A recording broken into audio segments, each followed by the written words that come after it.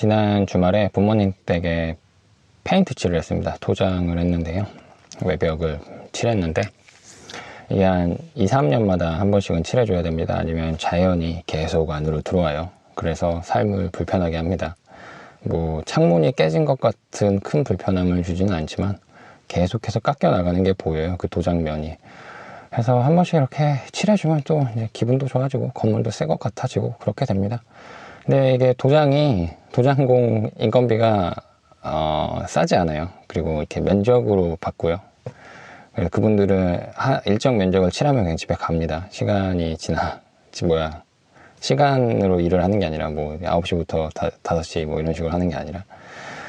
그래서 그냥 그 이모랑 뭐 삼촌이랑 동생이랑 뭐 제 아내랑 해서 그냥 모여가지고 이제 칠하기로 했어요. 그냥 늘 그렇게 칠했습니다. 원래는 그냥 부모님이랑 저랑만 칠했었는데요. 이번에는 너무 도와주신다는 분들도 있고 해서 그렇게 감사하게도 그런 분들이 있어서 이제 칠했습니다. 근데 다 감사하게 했는데 이제 짜증나는 일들이 몇 가지가 있어서 이 이야기를 해보고 싶어요. 물론 이게 짜증이 저의 속이 작은 것에서 오는 거겠지만 일단 이제 도착을 했어요. 아침에 도착을 했는데 사촌 형이 온대요, 어머니가. 그래서 무슨 소리냐고. 그 사촌 형 이제 애가 이제 갓난쟁인데 왜 오냐고 하니까 이제 애를 보여주려고 온다고 했대요. 그래서 왜 오늘 오는 거지라고 하니까 원래 삼촌 한 분이 안 오신다고 했었는데 이제 오신다고 이제 했거든요. 그래서 그 삼촌이 불렀대요. 뭐 삼촌 입장에서 이제 식구들이 다 모여 있으니까 오면 좋을 거라고 생각을 하시는지 모르겠는데 그 소리 들으니까 너무 짜증나는 겁니다. 아니 삼촌 페인트 칠하러 오시는 거 아니냐고 하니까 뭐 안다고는 하시더라고요. 삼촌이 이제 오늘 페인트 칠하는 거를. 근데 가산적인 사람을 못 들어부르냐고. 심지어 그날 비 예보가 있어가지고요. 이거를 앞면만 칠해야 될지 뒷면도 칠할 수 있을지 오후에 비 예보가 있어가지고 오전만 칠하고 말아야 되는지 뭐 이런 생각을 하고 있는데 갑자기 사촌까지 불렀다고 하니까 이게 너무 짜증이 나는 겁니다. 칠하는 내내 짜증이 나는 거예요. 물론 삼촌 이제 마지막에 오셔가지고 정리하는 것도 도와주시고 해갖고 이제 비가 본격적으로 오기 전에 일을 다 끝낼 수 있어서 참 도움이 되셨지만 아직도 생각을 하면 이게 무슨 일인가 싶습니다. 그리고 이제 또 아버지랑 있었던 일도 있는데요. 늘 아버지랑 뭔가 할 때는 짜증이 나는 것 같습니다. 지난번에 이케아 싱크대 설치할 때도 그렇고요. 이게 아저씨들이 자기들이 살아온 경험에 의해서 뭔가 하려고 하는 것 때문에 그런 것 같아요. 물론 저도 이제 아저씨가 되겠지만 이 페인트 예전에 이제 페인트 칠할 때는 이런 걸로 썼거든요. 물을 얼마나 넣을지를 가지고 이게 다 정해져 있어요. 그래서 10%만 넣어라 뭐 이런 식으로. 근데 이제 너무 칠하기가 힘들다. 아니 근데 물을 너무 많이 붓고 칠하면 이제 칠하는 의미가 없잖아요. 그냥 물 청소하는 겁니다. 도료를 올려야 되는 거잖아요. 도장 면에 또 이제 색칠할 곳에 알갱이들을 올린다고 생각하시면 돼요. 근데 이제 물은 이제 그거를 그냥 날라가 버리고 물은 날라가 버리고 이제 도료만 남는 건데 물을 많이 타면 도료가 적어지는 거잖아요. 한번 칠할 때 좀 힘들어도 좀 잘 칠하는 게 나는데 이제 그러는 거죠. 이번에는 계속 이제 비닐로 유리창 같은 데는 싸잖아요. 이제 그 작업을 원래 해놨어야 되는데 목요일날 갔었는데 그거는 까먹고 이제 청소만 하고 왔거든요.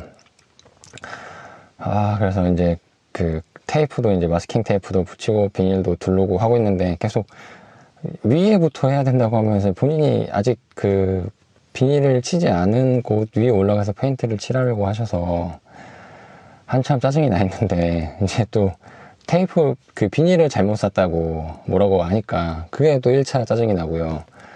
그럼 이제 아직 비닐이 다 안 씌워져 있고 이제 한쪽에선 페인트를 칠하고 있는데 깡통이 이제 삼촌이 안 오신다고 해가지고 깡통이 부족할 것 같아서 그러면 깡통을 사다 달라고 했어요, 아버지한테. 근데 이제 깡통이랑 붓이랑 몇 개를 말하니까 본인이 하기 싫으면 그냥 무슨 말인지 잘 모르겠다고 그렇게 말을 합니다. 그럼 또 그게 화가 나요.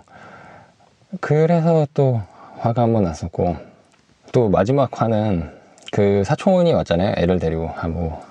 이제 거의 칠할 거의 다 칠해갈 때쯤 와서 이제 크게 신경이 쏠리진 않았는데, 이제 저녁을 먹고 간다고 그러더라고요. 그 원래 이제 저녁을 고기를 구워 먹으려고 그 청소한 날 이제 마트에 가서 이제 고기를 사놨었는데, 사람 입이 추가가 되니까 이제 마트를 가야 됐었는데, 그래서 마트 가려고 하는데 이제 어머니가 오시더니 사촌 형이 만약에 그 굽는 치즈를 사달라고 했다고. 그래서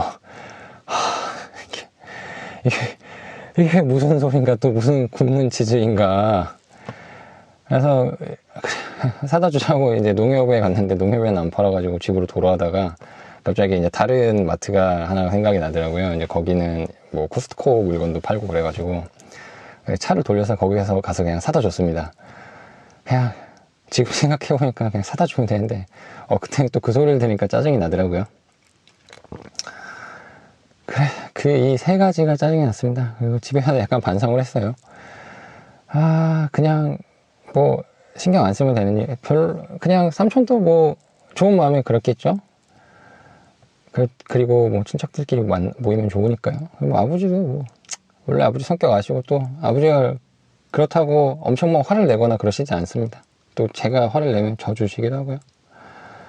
근데 아버지랑 있으면 늘 뭔가 그렇게 되는 것 같아요. 그렇습니다. 저희 아버지도 참 뭔가 같이 여행도 가고 싶다가 그런 마음이 들 때가 있다가도 또 이렇게 한번 짜증이 나면 또 뭐 하는 짓인가 싶기도 하고요.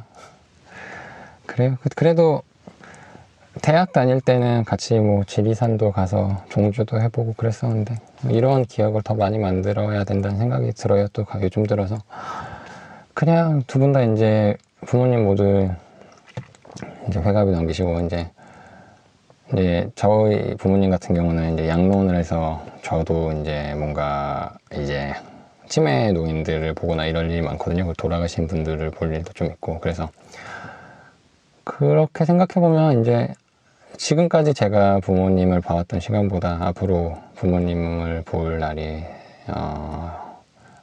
더 짧잖아요. 그리고 이제 또 세상 일이라는 게 마음대로 되는 것이 아니고, 늘 어른들이 말씀하시듯 그 부모는 기다려주지 않는다라는 생각을 해보면 뭔가 더 좋은 시간을 보내야 되지 않을까, 그런 생각이 요즘 들어 부쩍부쩍 듭니다. 그리고 내 상황이 좀 더 나았다면 그냥 어디 적당히 직장 다니고 이랬으면 그래도 그럴 기회가 더 많지 않았을까, 뭐 이런 생각도 들어요. 하여튼 이렇게 막 짜증이 났는데 집에 돌아와가지고 그 공자가 안년이라는 자신의 제자 이야기를 하면서요, 자기보다 먼저 죽었거든요. 공자보다. 되게 슬퍼합니다. 이제 그 안년이 배우기를 좋아하는 사람이었다라는 이야기를 하면서, 그 배우기를 좋아하는 게 화를 옮기지 않는다라는 이야기를 해요. 그 실수를 이제 2번 하지 않고 화를 옮기지 않는다. 그래서 불천노거든요. 불천노, 불이 낫입니다. 천이 옮기고요, 노가 화예요. 그래서 화를 옮기지 않는다, 그 생각을 했어요. 나도 화를 옮기지 않아야 되는데 엄청 짜증을 냈구나, 페인트 칠을 하면서. 그렇습니다. 그래서 반성을 했습니다. 그리고 참 감사해요. 다 오신 분들 모두 저는 감사합니다. 그냥 근데 사람이 늘 감사로 충분할 수는 없잖아요. 감정이 왔다 갔다 하니까 이런 것들을 정리해보고, 또 나중에 내가 좀 더 나이 먹어서 봤을 때 이제 뭔가 더 다른 생각이 들지 않을까 싶어서 정리를 해봐요. 그리고 이 얘기만 하면 좀 이상하니까 원래는 공부하는 기록을 하려고 했는데, 그 세대간 윤리에 대해서 이제 더 많이 읽어보고 있는데요. 되게 재미있는, 그러니까 그냥 아무 생각도 아닌데 한 구절이 기억에 남아서 그 얘기를 또 잠깐 기록해 보려고 합니다. 그 세대간 윤리는 이제 미래 세대에 대한 이야기가 뭐 주를 이루잖아요. 과거는 이미 고정된 것이니까 이제 앞으로 내 행동이 미래 세대에 영향을 미칠 것인데, 뭐 심지어 과거에 영향을 미치기도 하죠. 과거의 사람들을 어떻게 평가하냐에 따라서. 어쨌든 근데 이제 미래는 예측할 수 없는 것이잖아요. 이 얘기를 설명하면서, 근데 그 미래 예측 가능성이 얼마나 먼지랑은 비례하지 않는다는 이야기를 읽었는데, 이게 맞는 얘기예요. 그러니까 결국 우린 다 죽잖아요. 이게 되게 간단한 예를 들면 결국 우리는 다 죽는다. 요거는 완전히 맞는 이야기잖아요. 우리의 미래 가장 먼 미래잖아요. 내가 죽는 건. 근데 그 앞선 아주 가까운 미래가 더 예측하기 어렵잖아요. 이 미래, 나는 죽는다는 정말 확실한 것이고, 그러니까 그 미래를 생각했을 때. 그래서 그 시간의 길이와 예측의 불확정성이 비례하지 않는다는 생각을 봤는데, 읽었는데, 왜 이 생각을 못했지? 되게 아하하는 순간이더라고요. 그래서 이게 기억에 남고요. 그리고 또 하나가, 얘는 다른 이야기인데, 폴 살로팩인가? 이 내셔널 지오그래픽 기자인데요. 아프리카부터 남아메리카까지 걸어가면서 기사를 쓰고 있더라고요. 그 웹사이트에서 그 기사를 읽어볼 수 있고, 이 사람 우연찮게 알았는데요. 그 전화영어하면서 같이 읽는 기사에 이 사람이 주제여가지고 알게 돼서 찾아봤는데, 제가 이런 분들을 몇 분 봤고 책을 읽은 것도 있어요.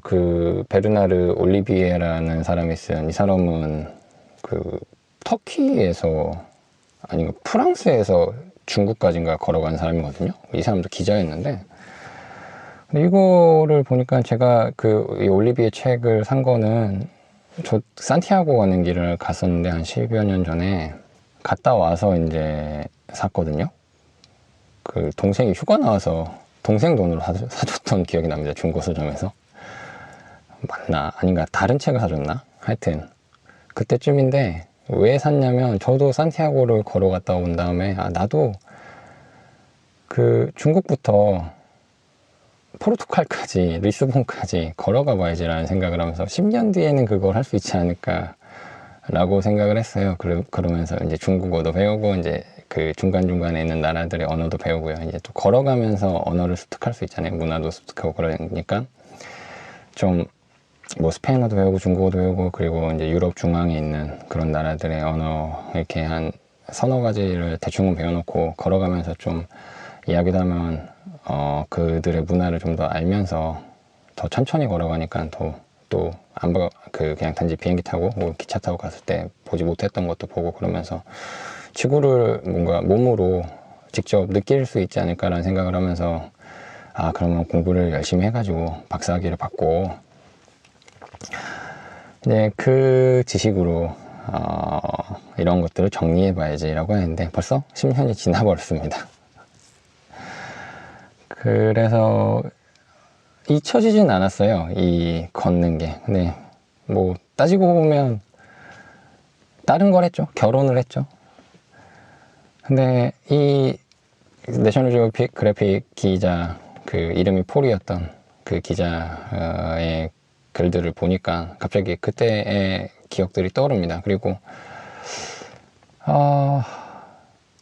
내가 뭔가 엄청난 결과물을 만들고 싶진 않지만 많이 경험해보고 싶다는 생각이 다시 들더라고요. 그리고 내가 할 수 있는 일이, 내가 다 할 수 있는 곳이 많지 않은데 너무 움츠리고 있었구나라는 생각을 해요. 그래서 좀 한계 짓지 말고 열심히 해야지 라는 생각이 불현듯 들었습니다. 불꽃이 갑자기 튀었어요. 그래서 도움이 될 것 같다. 앞으로의 여정, 올해의 삶에 이 우연찮게 본 이 사람이 도움이 될 것 같다. 이것도 말해봅니다.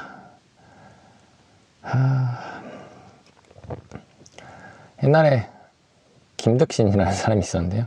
이 사람 되게 늦게 과거에 합격한 사람입니다. 그 사람이 한 이야기가, 아까 제가 한 말이에요. 자신의 재능을 한계 짓지 말라고, 나 같은 사람도 이렇게 됐다 하면서, 이야기를 하니까 이 사람 이야기까지 생각이 나네요. 그래서 빨리 성공은 이미 글렀죠. 그리고 성공 자체가 글렀을 수도 있습니다. 근데 어차피 가치는, 의미는 제가 만드는 거고, 저는 저의 세계를 사는 거니까요. 갑자기 이 폴 아저씨 기사를 보니까 막 힘이 나서 이 감정도 한번 기록해 놔 봅니다. 네, 이제 이 기록은 여기까지입니다.